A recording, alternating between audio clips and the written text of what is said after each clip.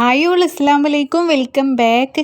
രാവിലേക്ക് നമുക്ക് ജോലി എളുപ്പത്തിലാക്കാൻ വേണ്ടി എല്ലാം കൂടി കുക്കറിൽ ഒറ്റ വിസിലടിച്ചാൽ മതി. വളരെ ടേസ്റ്റി ആയിട്ടുള്ള മുട്ട ഗ്രേവി തയ്യാറാക്കിയെടുക്കാം.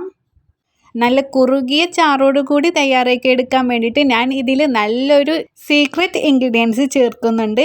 അപ്പോൾ അതുപോലെ തന്നെ ഇൻഗ്രീഡിയൻസിൻ്റെ അളവൊക്കെ കറക്റ്റായി തന്നെ പറയുന്നുണ്ട്. അപ്പോൾ വീഡിയോ നിങ്ങൾ സ്കിപ്പ് ചെയ്യാതെ കണ്ടേക്കണം. എന്നാൽ ശരി, വേഗം തന്നെ റെസിപ്പിയിലോട്ട് പോകാം.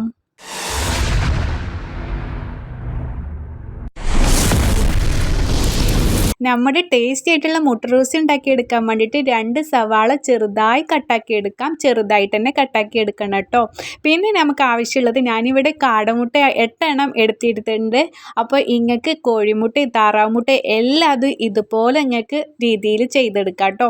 ഇനി ഒരു കുക്കർ വെച്ചിട്ട് 2 ടേബിൾ സ്പൂണോളം വെളിച്ചെണ്ണ ഒഴിച്ചു കൊടുക്കാം. അതിലോട്ട് 1/2 ടീസ്പൂണോളം കടുകും ഒരു വറ്റൽമുളകും കുറച്ച് കറിവേപ്പില ഇട്ട് കൊടുക്കാം. ശേഷം നമ്മുടെ കട്ടാക്കി വെച്ച സവാളയും കൂടി ചേർത്തി കൊടുക്കാം കേട്ടോ. ഇനി ഇതാ ഒന്ന് ഇളക്കി കൊടുത്തതിന് ശേഷം നമുക്കിതാ ഒരു മിക്സിയുടെ ജാർ എടുത്തിട്ട് അതിലോട്ട് 10 അല്ലി വെളുത്തുള്ളി, ഒരു ചെറിയ കഷ്ണം ഇഞ്ചി, പിന്നെ നമുക്ക് ആവശ്യമുള്ളത് ഒരു മീഡിയം സൈസ് തക്കാളിയാണ് കേട്ടോ. നല്ല പഴുത്ത തക്കാളി എടുക്കാൻ നോക്കുക. പിന്നെ 2 പച്ചമുളക്, പിന്നെ വേണ്ടത് നമുക്ക് ഒരു 1/4 ടീസ്പൂണോളം വലിയ ജീരകം, പിന്നെ കുറച്ച് കറിവേപ്പില കേട്ടോ. ഇനി നമ്മുടെ സീക്രട്ട് ഇൻഗ്രീഡിയൻസ് ആണ്. അപ്പോൾ ഇതാ 1/2 ടീസ്പൂണോളം നമ്മുടെ കോൺഫ്ലവർ ആണ് ചേർത്തി കൊടുക്കുന്നത്. ഇനി നമുക്ക് നന്നായിട്ട് പേസ്റ്റ് രൂപത്തിൽ അരച്ചെടുക്കാം. ഈ കോൺഫ്ലവർ ചേർത്തിയാൽ നമ്മുടെ കറി നല്ല തിക്ക് രൂപത്തിലായിരിക്കും കേട്ടോ. അപ്പോൾ അത് നന്നായിട്ട് പേസ്റ്റ് രൂപത്തിൽ അരച്ചെടുത്തിട്ടുണ്ട്. ഇനി നമ്മുടെ ഈ സവാളയിലോട്ട് നമുക്ക് മസാലകളൊക്കെ ചേർത്തി കൊടുക്കാം. റോസ്റ്റ് നല്ല കളർ ഉണ്ടാക്കാൻ വേണ്ടിയിട്ട് 1/2 ടീസ്പൂണോളം കാശ്മീരി മുളക് പൊടിയും, അതുപോലെ തന്നെ 1/2 ടീസ്പൂണോളം മഞ്ഞൾപ്പൊടിയും, 1 ടീസ്പൂണോളം മല്ലിപ്പൊടിയും ചേർത്തി കൊടുക്കാം. അപ്പോൾ മല്ലിപ്പൊടി കൂടുതൽ നമുക്ക് ചേർക്കണ്ട കേട്ടോ. അതുപോലെ 1/4 ടീസ്പൂണോളം ഗരം മസാലയും 1/2 ടീസ്പൂണോളം കുരുമുളക് പൊടിയും ചേർത്തി കൊടുക്കാം. ഇനി ഒന്ന് മിക്സാക്കി എടുത്തതിന് ശേഷം നമ്മുടെ മിക്സിയിൽ അരച്ച് വെച്ചതുണ്ടല്ലോ, അതും കൂടി ചേർത്തി കൊടുക്കാം. എന്നിട്ട് വീണ്ടും ഒന്ന് മിക്സാക്കി എടുത്തതിന് ശേഷം നമ്മുടെ മിക്സിയുടെ ജാറിൽ കുറച്ചും കൂടി വെള്ളമൊക്കെ ഒഴിച്ചിട്ട് ഒന്നും കൂടി നമുക്ക് ഒന്ന് ചുഴറ്റി വീണ്ടും നമുക്ക് ഒഴിച്ചു കൊടുക്കാം കേട്ടോ. ഇനി ആവശ്യത്തിന് നമുക്ക് വെള്ളം ഒഴിച്ചു കൊടുക്കാം. അപ്പോൾ നിങ്ങൾക്ക് ഇങ്ങനെ തിക്ക് രൂപത്തിൽ വേണമെന്നുണ്ടെങ്കിൽ, നല്ല ഗ്രേവിയോട് കൂടിയിട്ടാണെങ്കിൽ വെള്ളം നമുക്ക് അല്പം ചേർത്തി കൊടുത്താൽ മതി. അതല്ല കറി രൂപത്തിൽ വേണമെന്നുണ്ടെങ്കിൽ നമുക്ക് കൂടുതൽ കുറച്ചും കൂടി വെള്ളം കൂട്ടി ഒഴിച്ചു കൊടുത്താൽ മതി കേട്ടോ. അത് നിങ്ങളെ ഇഷ്ടം. പിന്നെ അതുപോലെ തന്നെ നമുക്ക് ആവശ്യത്തിന് ഉപ്പും ചേർക്കാം. ഇനി ഞാൻ കാടമുട്ടയ്ക്ക് ഒരു ഗ്ലാസ്സിലോട്ട് ഇട്ടുകൊടുത്തിട്ടുണ്ട്. ഇനി നമ്മുടെ കറിയിലോട്ട് ഇങ്ങനെ വെച്ചെടുക്കാം കേട്ടോ. ഇനി അല്ലെങ്കിൽ നിങ്ങളിരുത് കുഴിയുള്ള പാത്രങ്ങളാണെങ്കിൽ എടുക്കുക. നമ്മൾ സാധാ മുട്ടയൊക്കെ നമുക്ക് ഗ്ലാസ്സിൽ ഇപ്പോൾ 3-4 എണ്ണം ആയിരിക്കുമ്പോൾ ചിലപ്പോൾ നമുക്ക് അതിലകത്ത് സ്പേസ് ഉണ്ടായിരിക്കില്ല.